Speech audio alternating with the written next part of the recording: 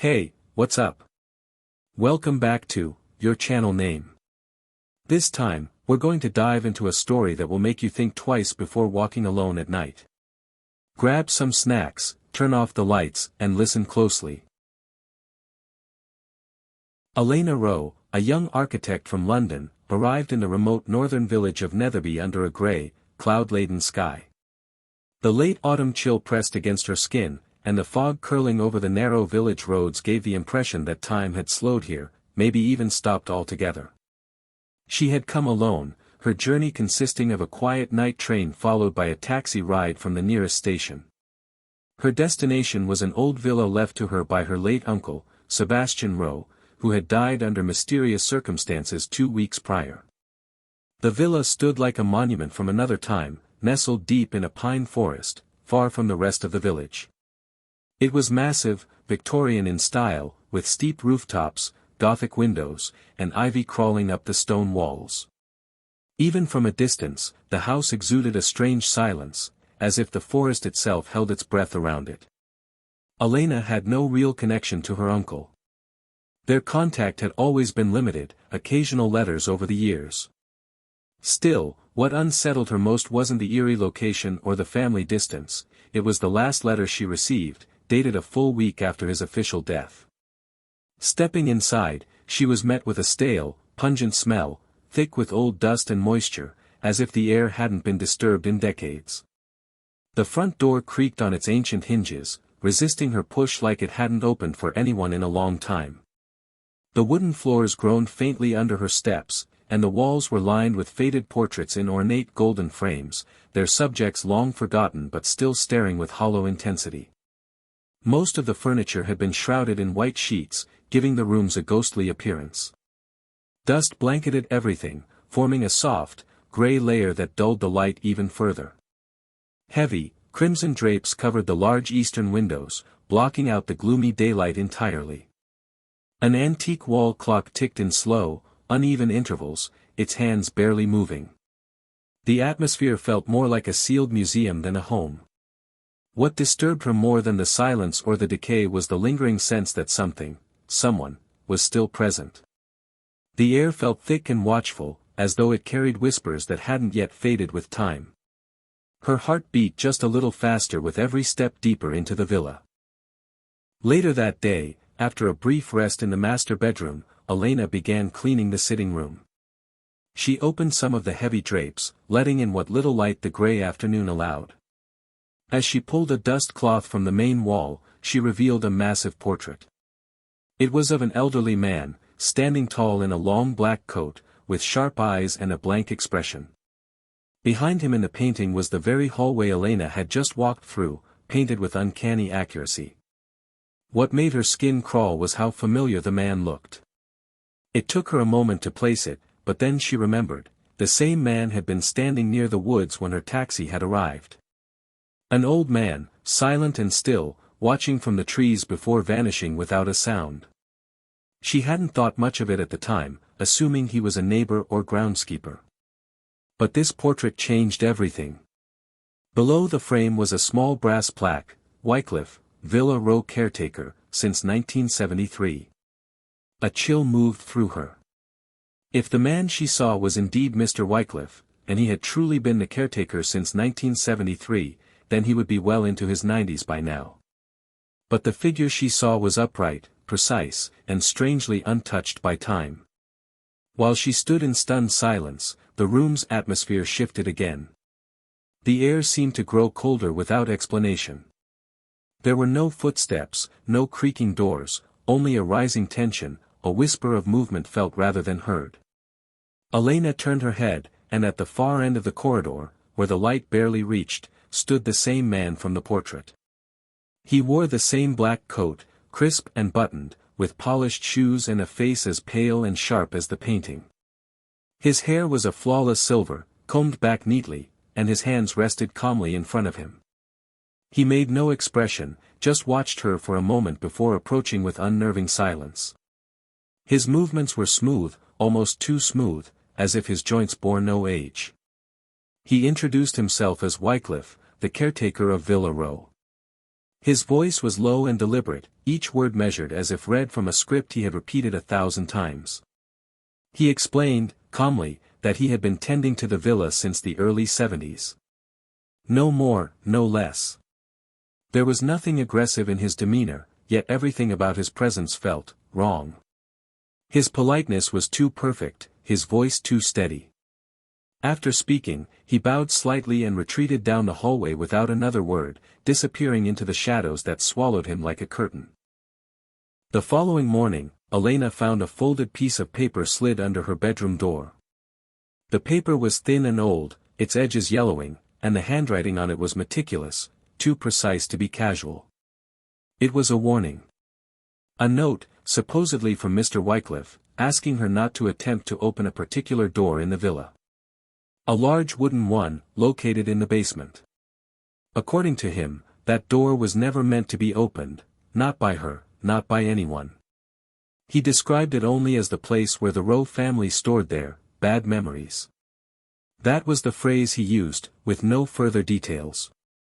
Elena had not seen the door yet, but curiosity sparked inside her.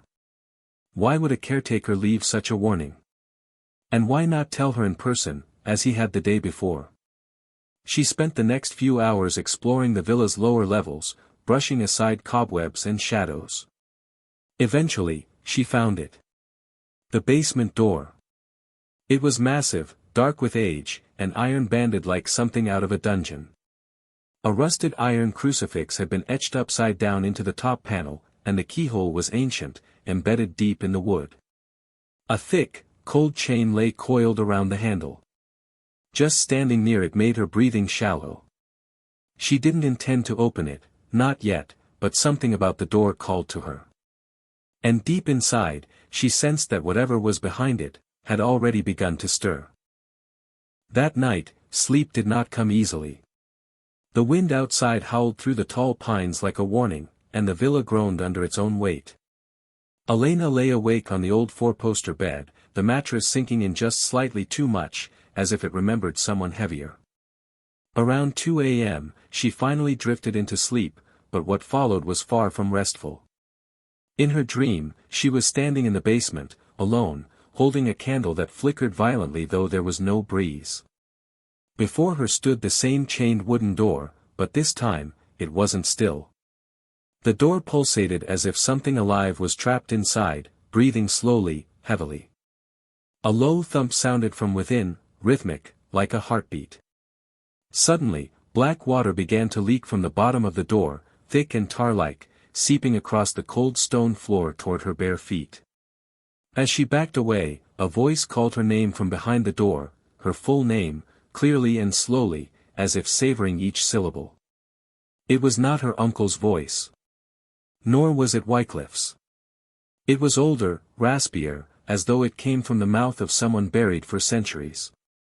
She tried to scream, but her voice failed. When she turned to run, the corridor behind her stretched infinitely. No doors. No stairs. Just stone and darkness. She awoke gasping for air, drenched in sweat, her sheets tangled like vines. Her throat was sore as if she'd been screaming, though the house was utterly silent. But as she sat upright, struggling to breathe, she noticed something that made her blood freeze. Her feet were wet. The floor beneath her was damp. And the faint smell of rot hovered in the room like a shadow that refused to leave. The next day, Elena ventured into the village to gather supplies and perhaps, more importantly, to speak to someone, anyone, about the history of the villa. She visited a small bakery near the church, then a general store run by an elderly couple who eyed her with something close to pity. The moment she mentioned Villa Rowe, their demeanor changed entirely. Conversations became strained, fragmented. Answers were vague. One man crossed himself and said that some things were better left untouched. A woman, when pressed, whispered that her grandmother had once worked in the gardens there, before the unraveling. No one elaborated. No one stayed near her for long. The only phrase that kept recurring was, "the one who waits." Elena noticed how no roads in the village led directly to the villa. Maps seemed to avoid it entirely, as though it had been erased on purpose. The villagers didn't even look toward the woods. It was as if acknowledging the villa's existence could somehow bring it closer. By the time she returned to the estate that afternoon, the sun had vanished behind a wall of clouds. The trees seemed taller than before. The path more narrow. And as she walked through the gates, she felt it again, that sensation of being watched, not from the front or sides, but from above. As though the villa itself was peering down at her, waiting to see if she'd finally open the door that was never meant to be opened. Driven by a growing need to understand what she had inherited, Elena decided to search the attic. The air grew colder as she climbed the narrow staircase, dust rising in thick, choking clouds. The attic had been locked, but the old brass key she found under a loose floorboard in the library opened it with a reluctant click. Inside, everything was cloaked in layers of age, boxes upon boxes, covered furniture, and the pungent smell of old leather and paper. As she sifted through forgotten trunks and decaying books, she discovered a collection of worn leather journals tied with string. Her uncle's initials were pressed into the covers, Sr. The contents were worse than she expected. At first, they read like a descent into madness. He spoke of sleepless nights, whispers in the walls, shadows walking where no man should. But then came the sketches, charcoal drawings of Wycliffe, dated decades apart, yet each rendering him exactly the same age. One image showed Wycliffe standing at the foot of the basement stairs, holding a lantern with no flame, his eyes hollow. The most disturbing entry mentioned something her uncle referred to only as the second Wycliffe. According to him, Wycliffe had a twin, or perhaps a reflection, who lived inside the villa, only appearing when the house was ready. That version, he wrote, did not speak or walk in daylight. That version waited behind the basement door. The final journal ended with a single line, repeated several times until the ink bled through the page: "If you see him in the mirror, do not turn around." Later that evening, after reading through hours of her uncle's fragmented thoughts, Elena went to wash her face in the guest bathroom. The mirror above the sink was tarnished but intact. She leaned in, splashing cold water on her face, trying to shake off the growing sense of dread. When she looked up, she froze. Behind her in the mirror stood Wycliffe. But when she turned, there was no one there. The corridor behind her was empty, the door still shut. She stared back into the glass. He was still there. Still watching. Not moving. Just standing in the hallway in the mirror's reflection. His eyes were black this time. No white at all. She reached for the mirror, hand trembling, and the image flickered, just for a moment. His face twisted, no longer calm and blank but contorted in a grotesque sneer, mouth wide, as if screaming without sound. Then the mirror cracked. When she turned around again, the hallway remained empty. But the chill in the air was unmistakable. And from somewhere deeper within the villa, she heard something fall to the floor. Not loudly, but deliberately. A sound not made by gravity, but by hands. The days following the mirror incident brought with them a strange disorientation. The villa no longer felt fixed in space. At first it was subtle: a chair she didn't remember moving was suddenly in a different room, or a light that had burned out the day before now flickered dimly again. But soon, the changes grew undeniable. The corridors seemed longer than they were the day before. The dining room, once near the front entrance, now took longer to reach, as if pushed deeper into the house. She began leaving breadcrumbs of sorts, placing small items in certain corners to track how rooms were shifting. Sometimes the objects vanished. Sometimes they reappeared in impossible places, like the locked attic or the chained basement door. One night, she opened the master bedroom only to find the kitchen behind it. The stove still warm, even though she hadn't used it all day. Another time, she followed the hallway to the library, but emerged into the conservatory on the opposite side of the house. And through it all, the villa remained silent. Not passive, never passive, but silent, as though it was listening, adjusting itself, watching how far she would go before she asked the one question it was begging her to ask: what is behind the basement door? On the morning of the second day, a letter appeared under her bedroom door. There had been no knock. No footsteps. No sound. The envelope was old, yellowed at the edges, and sealed with black wax bearing an unfamiliar crest. Elena hadn't seen anything like it, certainly nothing modern. Inside was a single sheet of parchment, the ink smudged in places, the handwriting hurried and jagged as though scrawled by a trembling hand. It read like a warning more than a message. The note began with her name, spelled correctly and fully, something only a few in the village knew. It spoke of the third night, when the villa would reveal its true keeper. It spoke of a moment that could not be reversed once crossed.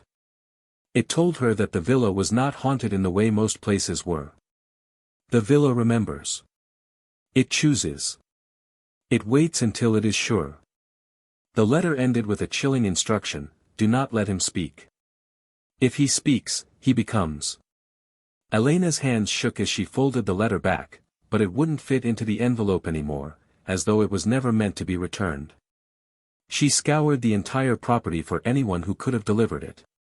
Wycliffe claimed to know nothing. The gates had remained locked. No tracks in the mud. No voices in the trees. Yet someone, or something, had entered the villa, unseen and unheard, to offer her one final chance to leave. Driven by desperation, Elena dove into the villa's historical records, poring over forgotten blueprints, property archives, and old church maps hidden in the study. What she uncovered was worse than legends. The land the villa was built upon had a name long before it was Villa Rowe. It had once been known as Velnham Hallow, a name erased from most records, but preserved in a few scattered tomes stored in a locked iron cabinet. Velnham Hallow had been a gathering ground for ancient sects practicing something called body binding, an arcane belief that souls could be trapped in physical forms long after death, anchored to a structure through flesh, ritual, and language. These rituals weren't burial rites. They were containment. The most disturbing detail was a ritual described only once, in red ink, for the devourer of names: bind with chain, water, and voice. Speak not his title. Face not his form. She realized with dawning horror that the chained basement door wasn't locked to keep people out. It was sealed to keep something in. Something that had a name, a voice, and perhaps, a face. Her uncle had known. He had tried to warn her in the only way he could, through journals, locks, and silence. And now, with the villa shifting and watching, Elena suspected she was being slowly prepared. Conditioned. Not for discovery. But for replacement. That evening, as dusk melted into a starless night, the villa grew unnaturally quiet. No wind. No creaks. Just silence, thick and pressing. Elena stayed awake in the study, surrounded by candles and open books. But at precisely midnight, a new sound emerged, low and rhythmic. She pressed her ear to the wooden floorboards and heard it, voices, layered and toneless, chanting in an unknown language. The sound came from directly beneath her. From the basement. The cadence of the voices resembled a ritual, slow and deliberate, echoing in a pattern that matched her heartbeat. Except they weren't voices made by mouths. They sounded more like memory, like echoes etched into the walls themselves, playing on repeat. As the chanting grew louder, the temperature in the room dropped. Her breath became visible. Pages turned without wind. And for the first time, the chains on the basement door below began to rattle, not violently, but with the subtle shudder of something waking up and testing its boundaries. Then, as quickly as it began, it stopped. But in the silence that followed, she heard something even worse, a soft, dragging sound. Like bare feet, slow and wet, pacing the stone floor below. The following day blurred between waking and hallucination. Elena was no longer sure when she was alone. She began seeing reflections of Wycliffe where there were no mirrors, glass panes, polished wood, even the glimmer on a wet floor. But this Wycliffe didn't move. He stood, always, several feet behind her. His posture perfect.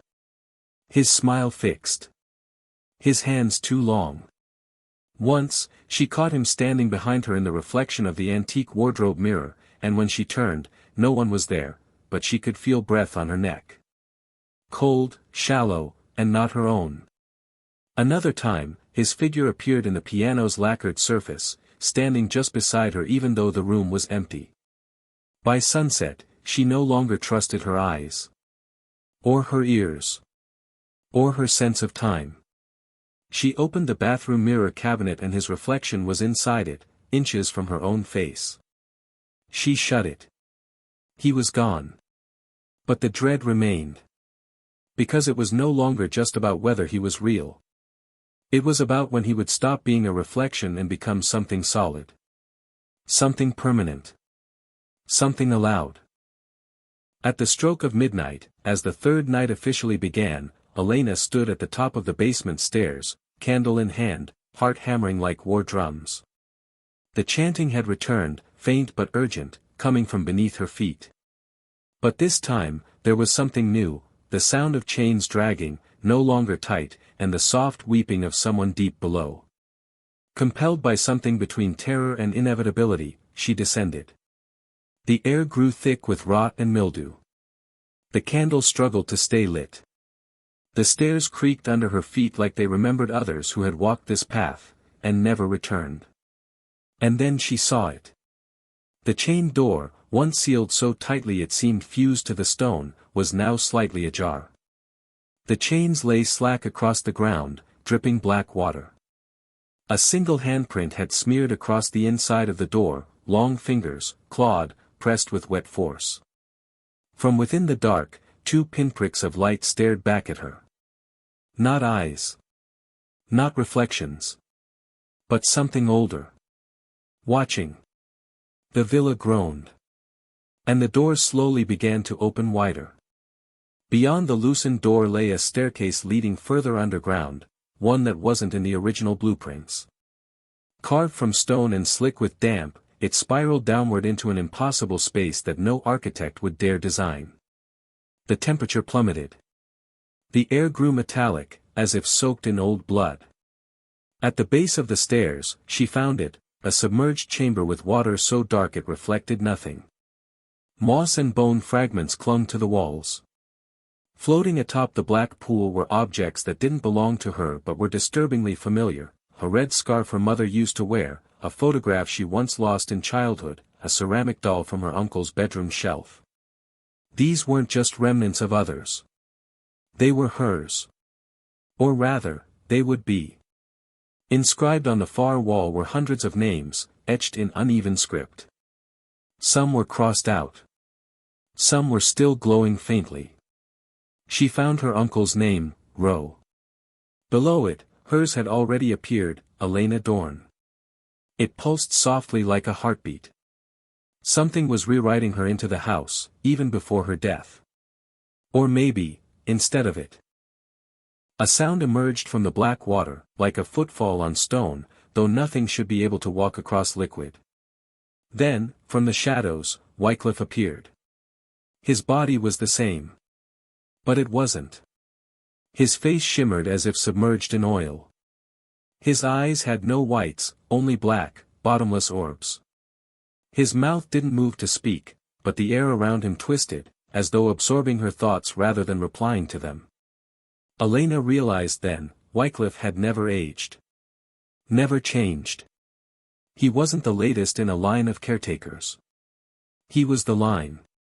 He had been there since the villa's first brick was laid, a vessel reused and rewritten by the entity it guarded. Or perhaps, the entity he had once summoned long ago, now feeding on his hollowed self, wearing him like an inherited skin. The room pulsed with ancient rhythm. The walls bled water. And Wycliffe raised his hand, revealing the black wax seal, still warm, still dripping.